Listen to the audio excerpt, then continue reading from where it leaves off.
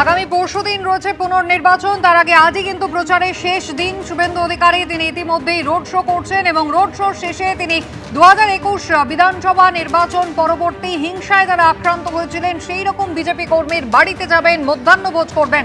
সন্দীপ সরকার আমাদের অপর প্রতিনিধি রয়েছেন আমাদের সঙ্গে। সন্দীপ, শনিবার আমরা দেখেছিলাম মুখ্যমন্ত্রী শুভেন্দু অধিকারী তিনি এই ফলতায় কর্মী সভা করেছিলেন এবং বিজেপির প্রার্থী দেবাংশু পণ্ডা তার জয়ের ব্যবধান যাতে 1 লক্ষের বেশি হয় সেই আবেদন তিনি করেছিলেন ভোটারদের কাছে।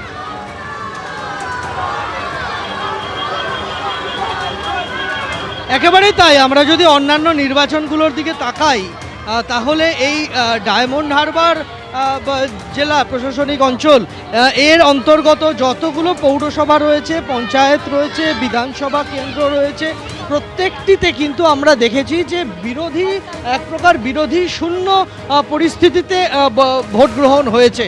ফলে সেই জায়গায় দাঁড়িয়ে নির্বাচনী সন্ত্রাসের অভিযোগ, নির্বাচনের আগের বা সন্ত্রাসের অভিযোগ, নির্বাচন পরবর্তী অশান্তির নানান অভিযোগ সামনে এসেছে।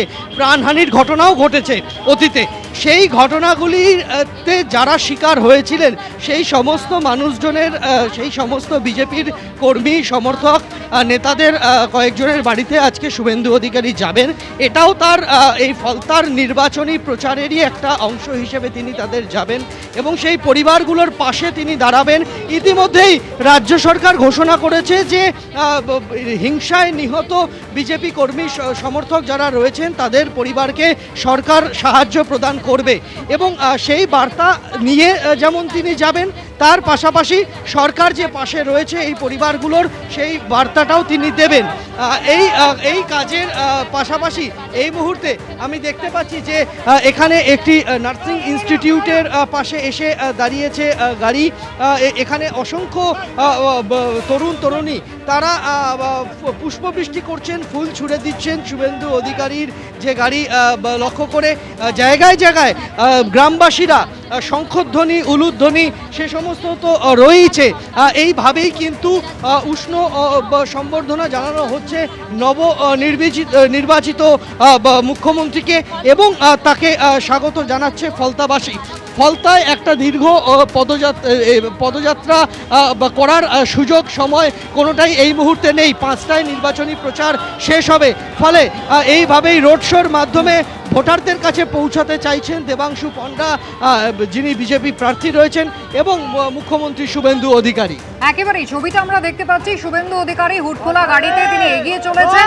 একদিকে পুষ্পবৃষ্টি যেমন হচ্ছে, তার পাশাপাশি কিন্তু কনভয়ের গতি ক্রমশ ধীর হয়ে যাচ্ছে, কারণ কাতারে কাতারে মানুষ আসছেন, তারা শুভেচ্ছা জানাচ্ছেন নতুন মুখ্যমন্ত্রীকে, স্লোগান দেওয়া চলছে, প্রচারের কাজ তো চলছেই, বারে বারে কিন্তু রাস্তায় দাঁড়িয়ে পড়ছেন মানুষজন। কিন্তু মানুষের ক্ষোভ, তারা কিন্তু সরব হচ্ছেন যে বছরের পর বছর ধরে এই এলাকায় তারা জাহাঙ্গীর খান এবং তার দলবলের তাণ্ডবের শিকার হয়েছেন, ভোট দিতেই যেতে পারেনি।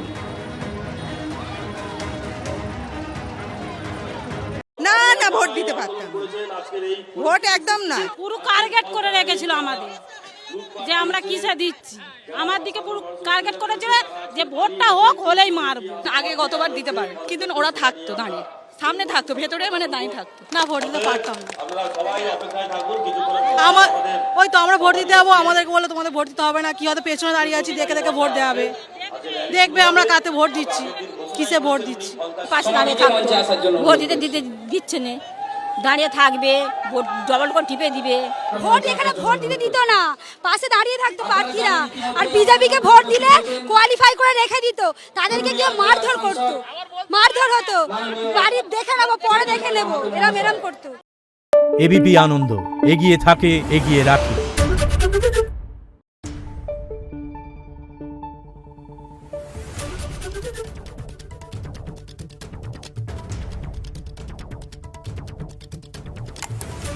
Thank you.